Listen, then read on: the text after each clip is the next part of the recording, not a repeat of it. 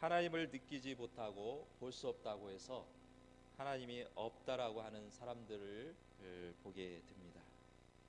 그러나 오늘 말씀에는 여호와의 손, 여호와의 손이 블레셋 나라와 신상을 무너뜨림으로써 블레셋 반백들을 심판하는 손으로 나타내 보여주고 있습니다. 인간은 본래 종교성이 있습니다. 그것은 뭐냐면은 절대자를 찾고자 하는 그러한 종교성을 누구나 가지고 있다는 것입니다. 그렇지만 신이 없다고 주장하는 무신론자, 회의론자는 인간 스스로 신이 될 수 있다는 그런 잘못된 사고를 가짐으로써 비롯된 그런 사상이라고 볼 수 있습니다. 하나님을 볼 수도 만질 수도 느낄 수도 없는 하나님이 계시다는 사실을 믿지 못하고 있는 것입니다. 그래서 하나님의 존재에 대해서 오랜 시간 동안 격렬하게 도전하고 있는 것입니다. 그러나 인간이 어디서 왔으며 누구로 말미암아 살아야 되는지, 또한 이 세상의 생을 마감했을 때 어디로 가야 할지를 분명히 알아야 되는데 그 사실을 모른다는 것은 불행이요, 또 그러한 사람들은 불쌍한 존재인 것입니다. 많은 동물들은 본능에 의해서 살아가고 있습니다. 그 중에 생존을 위해서 자연에 잘 적응하기 위해서 또 그러한 적응력이 남다르게 있습니다. 무엇보다 번식하여 종자를 남기려는 본능이 동물에게는 누구나 어떤 동물이든 있다는 것입니다. 그 중에 독특하고 숭고한 생을 마감하는 동물을 소개하려고 합니다. 회귀 본능을 하는 것 중 대표적인 그러한 물고기를 본다면 연어를 들 수가 있습니다. 섬진강에 3, 4년 전에 수정란 10만 개를 방류를 했는데 그 방류한 연어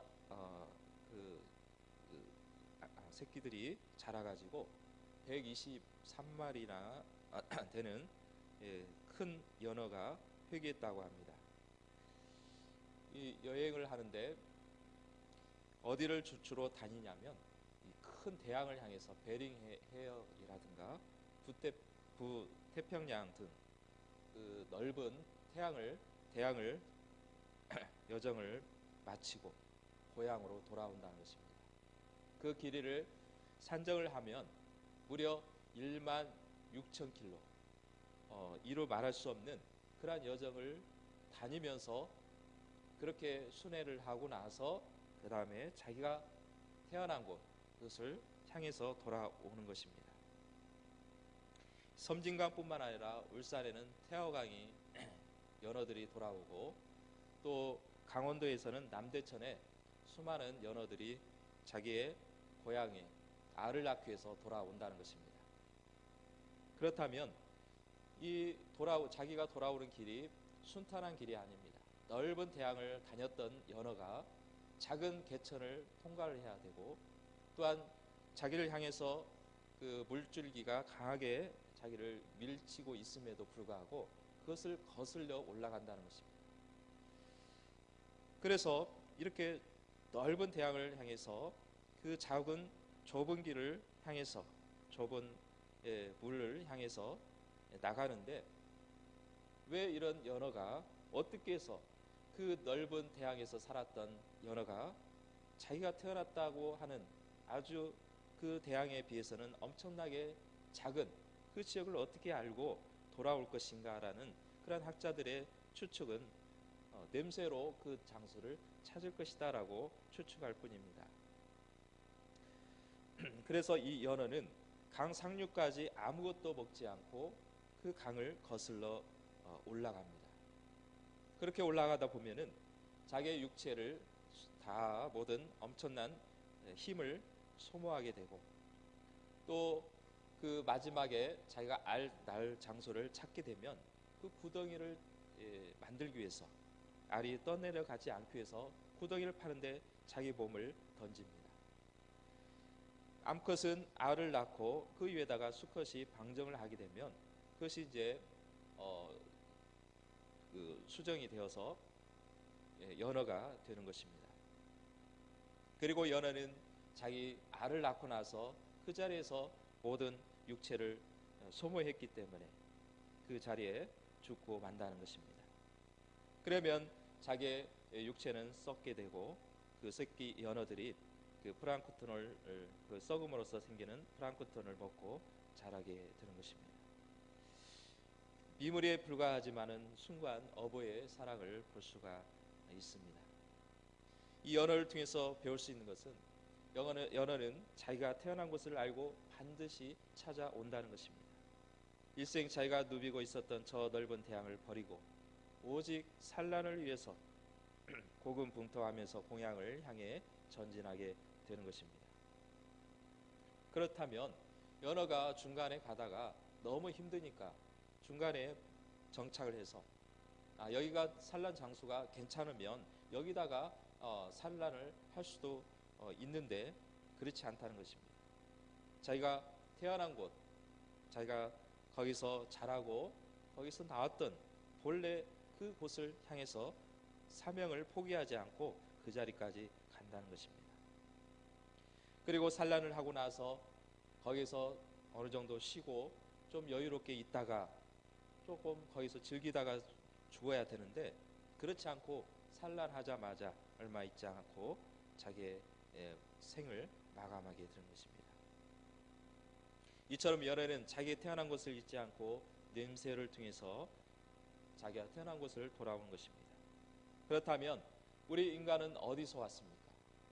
그것은 하나님께서 우리를 창조해 주셨고 또한 이 땅에 살아가면서 혼자 살아가는 것처럼 보이지만은 하나님으로 말미암아 살아가고 있는 것입니다.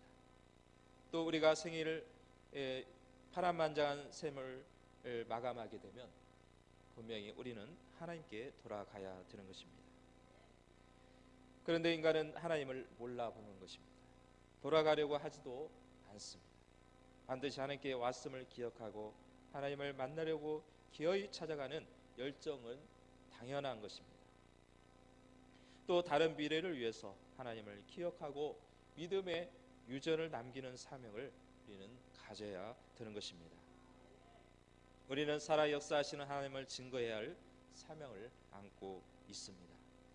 이미 하나님을 믿는 그리스도인들에게는 성경 말씀을 통해서 무엇을 증거해야 할 것인가를 처음부터 보여주고 있습니다. 성경 첫 번째 보면은 창세기 1장에 태초에 하나님이 천지를 창조하시니라 이렇게 처음 시작하는 것을 볼 수 있습니다. 성경은 하나님의 존재를 증명하려고 쓰인 교과서가 아닙니다. 성경은 그 자체가 이미 하나님께서 존재하신다는 그러한 사실로부터 시작하고 있는 것입니다. 만약에 하나님의 존재를 부정한다면 이는 어리석은 일이라고 단호하게 말씀을 할 수가 있는 것입니다. 그래서 시편 14편 1절에 어리석은 자는 그의 마음에 이르기를 하나님이 없다라고 말하는도다라고 말씀하고 있습니다. 또한 어리석은 자는 자기를 보호해줄 신을 만들어서 무지하게도 거기에다가 절을 하고 있는 그런 모습을 볼 수가 있는 것입니다. 이스라엘의 영원한 대적 블레셋 사람들도 자기들을 보호해줄 신을 만들어 섬겼던 것입니다. 그 신을 보았더니 다곤 신상이라는 하나의 우상이었습니다.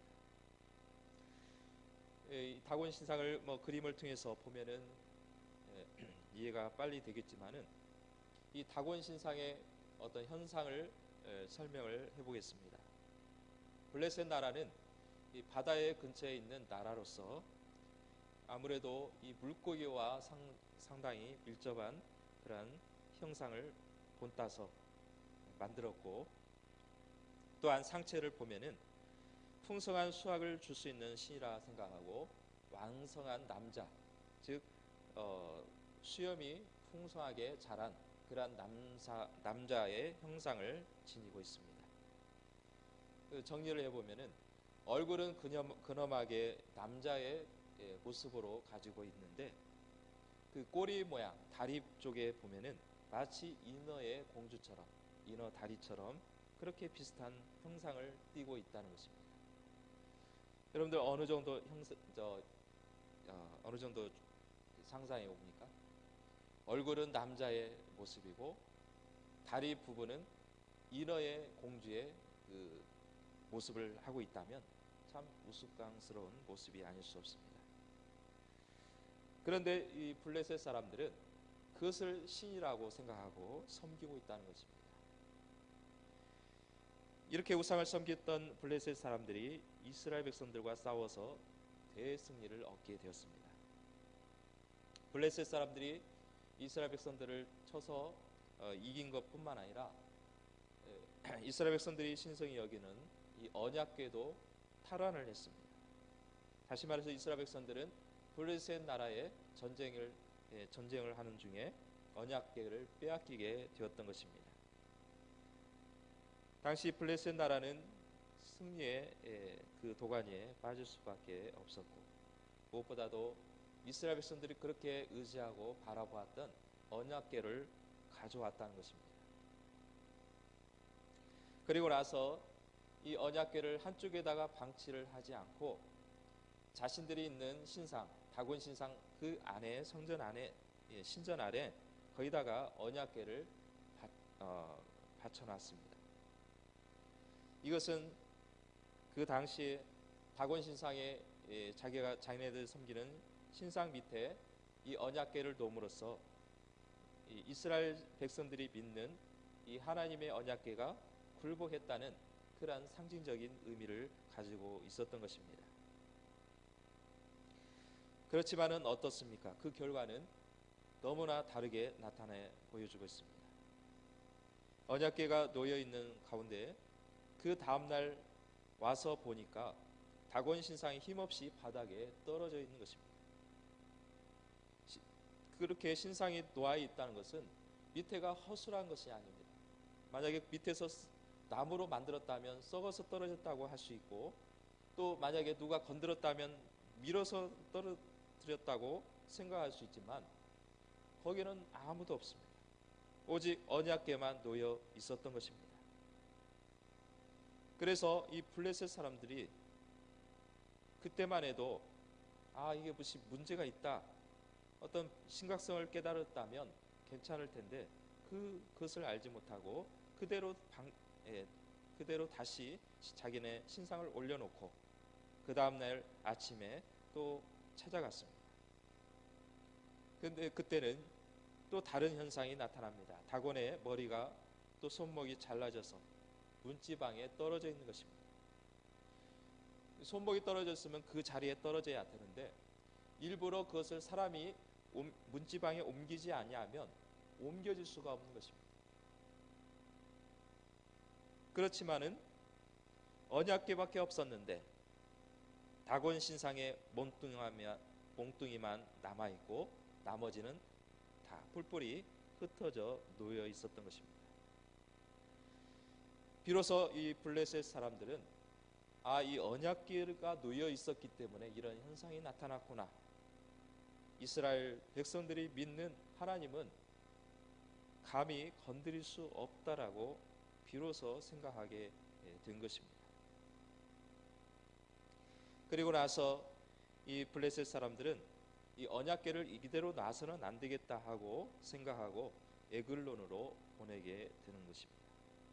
블레셋 사람들은 자신들이 믿는 다곤 신상이 언약궤 앞에서 철저하게 무너졌음을 못 기억하게 된 것입니다. 그렇다면 이렇게 생각할 수 있습니다. 지금까지 자신들이 믿었던 이 다곤 신상은 무력한 신이구나. 이 이스라엘 백성들이 믿는 여호와라는 신이 더 능력이 있고 힘이 있구나라고 생각하면서 자신의 신상을 버려야 맞습니다. 만약에 그렇지 못한다면 이스라엘 백성들이 들에게 가서 너희들이 믿는 신을 우리도 믿었으면 믿기를 원한다고 비는 것이 마땅합니다. 만약에 이스라엘 백성들이 이방이라고 받아들이지 않는다면 블레셋 사람들은 이스라엘 나라에 가서 노예가 되어서 차라리 노예가 되더라도 이스라엘 백성들이 믿는 신을 믿겠습니다 하고 돌아오는 것이 이것이 옳지 않겠습니까? 그것이 자신들이 살아나는 유일한 방법이기 때문입니다. 사랑하는 성도 여러분, 이 세상에는 하나님 외에 우리가 믿을 신이 어디 있겠습니까? 신이 있다고 한들 그 신들은 하나님의 심판대 앞에서 아무것도 아니고 또한 무력화될 줄로 믿습니다. 하나님의 손이 그 우상을 깨뜨려 버릴 것이고 또 오직 성천하지의 하나님이심을 보여주실 것입니다. 하나님은 블레셋 사람들을 거슬러 싸워주셨습니다. 블레셋 사람들은 하나님의 능력을 감히 감당하지 못했던 것입니다. 이스라엘 백성들을 괴롭혔던 블레셋 사람들이 그 사람들을 하나님은 치셨던 것입니다. 하나님을 업신여겼던 그들은 하나님께서 치시고 또 그 심판 앞에 견디지 못하게 된 것입니다. 지금 우리가 살고 있는 삶 속에서 하나님이 함께 하시지 않는 것처럼 느껴질 때가 있습니다. 그러나 하나님은 지금도 하나님의 능력으로 우리와 함께 하심을 믿으시길 축복합니다. 또한 우리를 대신 싸워 주시고 있는 것입니다. 이스라엘 백성들은 철저히 망했습니다. 슬픔에 잠겨져 있었습니다. 언약궤도 빼앗겼고 그 전장에서 수많은 살상자가 생기게 되었습니다. 그러나 하나님은 그곳에 빼앗긴 곳에 하나님은 역사하고 있었던 것입니다. 다윗은 어떤 인물입니까? 골리앗을 맞서 싸웠던 인물입니다. 만약에 다윗이 이 골리앗을 이겨서 싸워서 이기려면은 단창이 필요하고 칼이 필요합니다. 그러나 다윗은 어린 목동입니다. 아직 그 장수를 대항하기에는 너무나 역부족인 아직은 어린 사람이었습니다. 그렇지만 이 다윗은 누구를 의지했습니까? 골리앗을 향해서 전진해 나갈 때에 너는 창과 단창을 의지하지만 나는 네가 비방하는 만군의 여호와의 이름으로 나간다고 그렇게 하면서 전진해 나갑니다. 오직 다윗은 이 돌멩이 한 개를 가지고 골리앗을 향해서 나가 싸워서 그 돌이 골리앗의 이마에 박힘으로써 이 골리앗이 무너지게 됩니다. 하나님의 역사는 바로 여기에 있는 것입니다.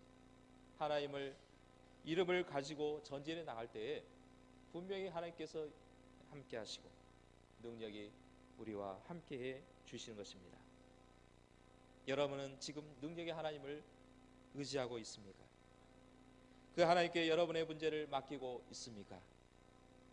혹시 자신의 의지하면서 하나님을 믿는다고 말만 하고 있지 않습니까?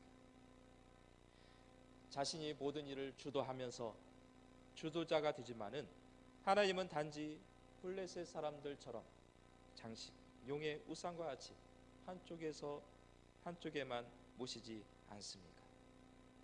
우리는 하나님의 능력을 의지해야 되고 능력의 손을 의지해야 될 줄로 믿습니다. 그 하나님의 손은 블레셋 이방의 신을 쳐서 물리쳤습니다. 또한 그 손은 심판의 손이지만 또한 더불어서 우리에게는 나를 감싸 안으시고 위로의 손이심을 믿으시기를 주님의 이름으로 축복합니다. 그렇다면 구원의 하나님을 어떻게 기쁘게 할 수가 있습니까? 우리는 하나님을 기쁘게 하는 것은 히브리서에서도 기록했던 것처럼 하나님이 계시는 것과 또한 그에게 나가는 자에게는 상 주시는 이심을 믿어야 할지니라고 말씀하고 있습니다. 우리는 역사하시고 또한 지금 우리와 함께 하시는 하나님을 믿는 것입니다. 더불어서 우리는 하나님께 나아가는 자는 반드시 상을 주신다. 하나님께서는 분명히 하나님께 이미 예비해 주신 상을 우리에게 베풀어 주신다고 말씀하고 있는 것입니다. 마지막 때에 어떻습니까? 상 받을 때는 중간에 받는 법이 없습니다. 최종적으로 마지막까지 간 사람에게, 마지막까지 승리하는 자에게 상을 베풀어 주는 것입니다. 분명히 하나님께서는 저와 여러분에게 상을 예비해 주시고 마지막 결승전에 도착했을 때 그 상을 우리에게, 각 사람에게 임하여 주실 줄로 믿습니다. 믿음이 없이는 하나님이 기쁘게 할 수 없다고 말씀하고 있습니다.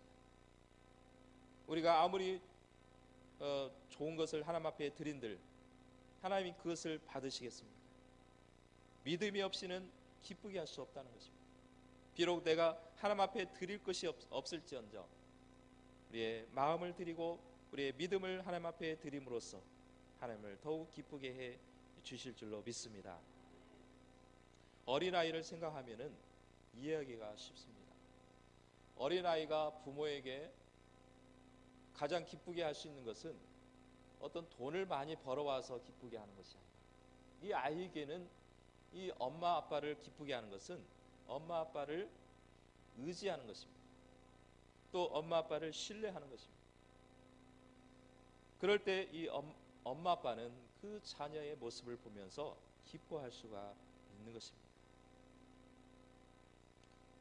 하나님의 존재를 믿지 않는다면, 하나님의 살아계심을 믿지 않는다면 우리가 시간을 투자하고 우리가 노력을 한들 아무런 소용이 없는 것입니다. 하나님의 존재를 확실하게 믿게 되면 모든 의심이 사라지게 되는 것입니다.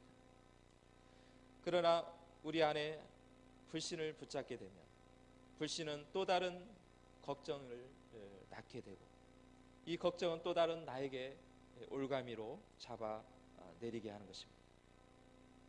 왜 많은 사람들이 하나님의 존재를 믿지 못하고 있습니까? 심지어 예수 믿는 그리스도인들조차도 겉으로는 믿고 있는 것처럼 보이지만은 속에는 하나님을 붙들지 못할 때가 있는 것입니다. 그것은 내 마음의 한편에서 불신이라는 의심이 늘 자리하고 있기 때문입니다. 이 모든 불신을 버리고 확신을 붙잡아 하나님의 말씀에 전적으로 믿으시기를 축복합니다. 오늘은 종려주일이며 성례주일입니다. 주님께서 십자가에 지시기 전에 마지막 유월절 절기를 맞이하게 되었습니다. 유월절 절기를 지키면서 제자들과 함께 떡을 나누시고 잔을 나누게 됨으로써 오늘날 우리가 성찬을 베푸게 되는 것이 거기에서부터 비롯되게 되었습니다. 예수님께서 성찬을 베푸실 때에 제자들 향해서 떡을 떼면서 이것은 내 살이요 참된 양식이라고 말씀하시고 또 포도주를 따르면서 이는 내 피요 참된 음료라고 말씀하고 있습니다. 다시 말해서 예수님은 바로 생명의 양식이라는 말씀입니다. 우리가 예수님을 먹고 마셔야 영원히 살 수 있다는 말씀인 것입니다. 요한복음 6장에 보면은 제자들이 예수님을 찾으러 왔습니다. 이때 주님께서 말씀하시길 너희가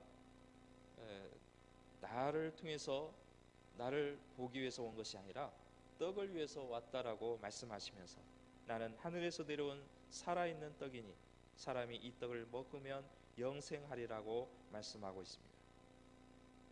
그 당시 제자들은 수많은 사람들이 따라왔지만 수군거렸습니다. 어떻게 예수님을 먹고 마실 수 있으며 또한 그 떡을 예수님의 살을 어떻게 먹을 수 있냐는 것입니다. 지금이야 우리가 상징적인 예수님의 살을 의미하고 또 피를 의미하는 그러한 성찬을 나누면서 우리가 영적으로 받아들이겠지만은 당시의 제자들은 이해할 수가 없었던 것입니다. 그래서 사람들이 수군거리기를 뭐라고 했냐면 도대체 예수라는 사람이 무슨 말을 하는지 알아들을 수 없다. 어려워서 이해할 수 없다는 것입니다. 그리고 이 제자들 중에 많은 사람들이 예수님을 쫓아가다가 그 어려운 말씀을 듣고는 이해할 수 없어서 예수님을 따르지 않고 떠나가 버렸던 것입니다. 오늘 하나님의 말씀을 알아들을 수 없다고 떠나시려니까 이때 예수님께서는 12제자에게 질문합니다. 너희도 가려느냐? 이때 베드로가 대답하기를 주여 영생의 말씀이 주께 있사오니 우리가 네게로 가오리까? 우리가 주는 하나님의 거룩하신 자이신 줄 믿고 알았사옵나이다. 오늘 이 베드로의 신앙 고백이 나의 신앙 고백이 되어야 될 줄로 믿습니다. 베드로가 예수님에 대해서 다 알고 나서 믿은 것이 아니었습니다. 베드로가 어떻게 예수님을 다 알 수 있겠습니까? 예수님의 말씀을 듣다 보니 세상에서 얻을 수 없는 생명의 양식이 바로 예수님 안에 있다는 것을 발견하게 되었던 것입니다. 하나님의 뜻을 우리가 인간의 두뇌로 다 담을 수가 없습니다. 이해할 수가 없습니다. 그것은 불가능합니다. 하나님을 알고 믿으려 하는 사람은 마치 바닷물을 작은 그릇에 담아 보려는 그런 시도를 하는 사람과 같다는 것입니다. 하나님의 말씀은 생명은 생명으로 이해해 나가야 됩니다. 성경이 우리에게 생명의 말씀을 주셨는데 그 말씀을 어떤 물질의 개념으로 이해하려 한다면 이해할 수가 없다는 것입니다. 그래도 성경은 자연마음을 통하여 하나님의 존재하심을 증명하고 있습니다. 먼저는 성경상에서 증명하고 있습니다. 시편 19편 1절에 하늘이 하나님의 영광을 선포하고 궁창이 그의 손으로 하신 일을 나타내는도다 라고 말씀하고 있습니다. 하나님은 이 우주 만물을 창조하시면서 이 궁창을 통해서 이 우주 만물을 통해서 하나님의 하신 일을 우리에게 보여주고 있다고 말씀하고 있는 것입니다. 또한 로마서 1장 20절에는 만물까지 지으신 하나님의 영원한 신성과 인성을 가르쳐주고 있습니다. 창세로부터 그의 보이지 아니한 것들, 그의 영원하신 능력과 신성이 그가 만드신 만물에 분명히 보여 알려졌나니 그러므로 그들이 핑계하지 못할지니라 라고 말씀하고 있습니다. 나는 하나님을 알지 못했습니다. 하나님을 내가 듣지도 못했습니다 라고 핑계치 못할 것이다 라는 것입니다. 이미 이 하나님께서 주신 우주 만물을 통해서 하나님의 신성과 능력을 보여주셨던 것입니다. 또한 우리 인간에게는 양심이라는 게 있습니다. 이 양심은 누구나가 다 가지고 있습니다. 하나님께서 이 죄로 말미암아 타락했지만 여전히 이 양심이 있기 때문에 그나마 이 정도 유지를 하는 것입니다. 만약에 우리 안에 하나님께서 주신 양심이 없다면 아마 세상을 하나님을 찾으려고 하지도 않을 것이고 또한 아무리 하나님의 역사를 보여준들 믿으려 하지 않을 것입니다.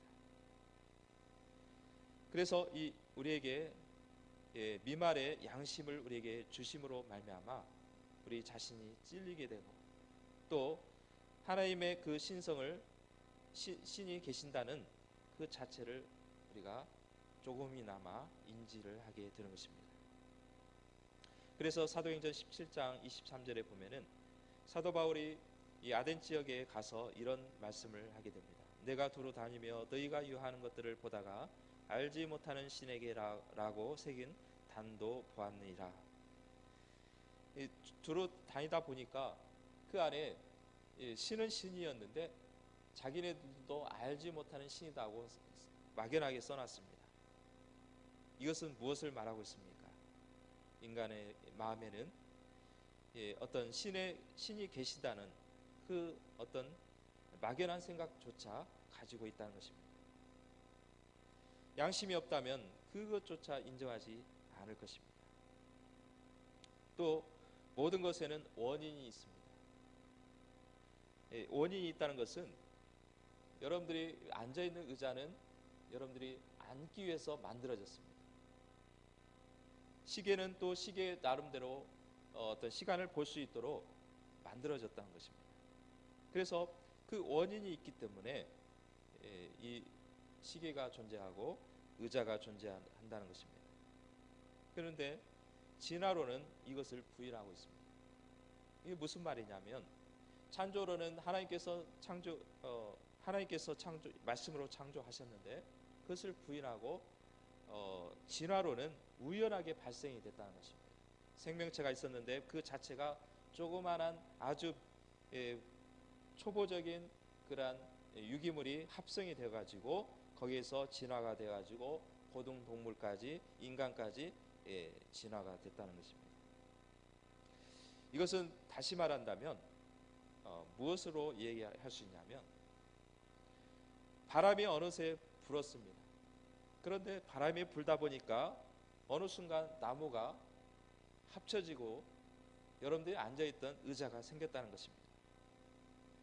어느 순간에 이 고물들이 널려 있었는데 바람이 불었는데 그것이 합성이 되어서 비행기가 떡하니 만들어졌다라는 것입니다. 이것이 바로 진화론이 주장하는 그러한 사고입니다. 그것은 불가능한 일입니다. 누군가 원인이 있었기 때문에 존재하는 것입니다. 또 설계가 있습니다. 목적이 있다는 것입니다. 어떤 것을 만들 때에 그런 어떤 목적을 가지고 만들게 되는 것입니다. 이 우주 만물도 분명히 조물주가 목적을 가지고 만들었기 때문에 오늘 이렇게 설계대로 만들어졌다고 볼 수가 있는 것입니다.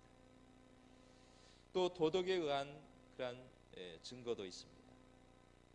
하나님은 우리 인간을 만들었을 때 하나님의 형상대로 만들어 주셨다고 말씀하고 있습니다. 우리의 어떤 작은아마 이 풍성을 가지고 있습니다.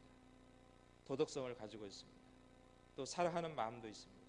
그것을 통해서 분명히 하나님께서는 우리를 닮아 주셨기 때문에 그러한 성품을 우리가 지니고 있는 것은 하나님께서 우리를 창조해 주셨기 때문에 그렇게 닮게 해 주셨기 때문에 존재하고 있다라고 볼 수가 있는 것입니다. 또 생명은 본래부터 생명에서 나오기 때문에 생명이 없는 데서 생명이 나올 수가 없습니다. 그래서 모든 것은 생명의 씨앗이 있습니다. 사과 안에는 씨가 있고 씨를 보았을 때는 죽어 있는 것처럼 보이고 딱딱하고 맛도 없지만은 그것이 땅에 심겨졌을 때 싹이 나고 또 자라서 뿌리를 내리고 그것이 자라 사과 열매를 맺는 것을 볼 수 있습니다. 이처럼 생명 없는 데서 생명이 나올 수가 없고 생명이 있는 곳에 생명이 나올 수가 있는 것입니다. 그렇기 때문에 우리가 생명을 가지고 있는 것은 하나님이 생명이시기에 우리에게 생명을 주신 줄로 믿습니다. 또 영적으로 말하면 예수님께서는 나는 생명이라고 말씀하고 있습니다. 모든 생명은 하나님으로부터 나오게 되었습니다. 그래서 우리의 생명의 시작은 하나님으로부터 시작되었음을 우리는 기억해야 됩니다. 전혀 온기도 없고 메마른 우상에게 절하는 무지한 사람들은 이러한 사람들을 우리는 참 생명의 길로 인도해 나가야 되는 것입니다. 지금도 나에게 함께 하시고 또한 붙들어 주시는 하나님의 손을 잡으셔서 연어가 그 모천을 향해서 자기 모든 것을 다 바치고 마지막까지 그 산란할 때까지 자기의 사명을 놓치지 않고 끝까지 나가는 것처럼 우리들도 주님을 향해서 전진해 나가며 주님의 살아계심을 하나님을 증거하는 저와 여러분 되시기를 주님의 이름으로 축복합니다.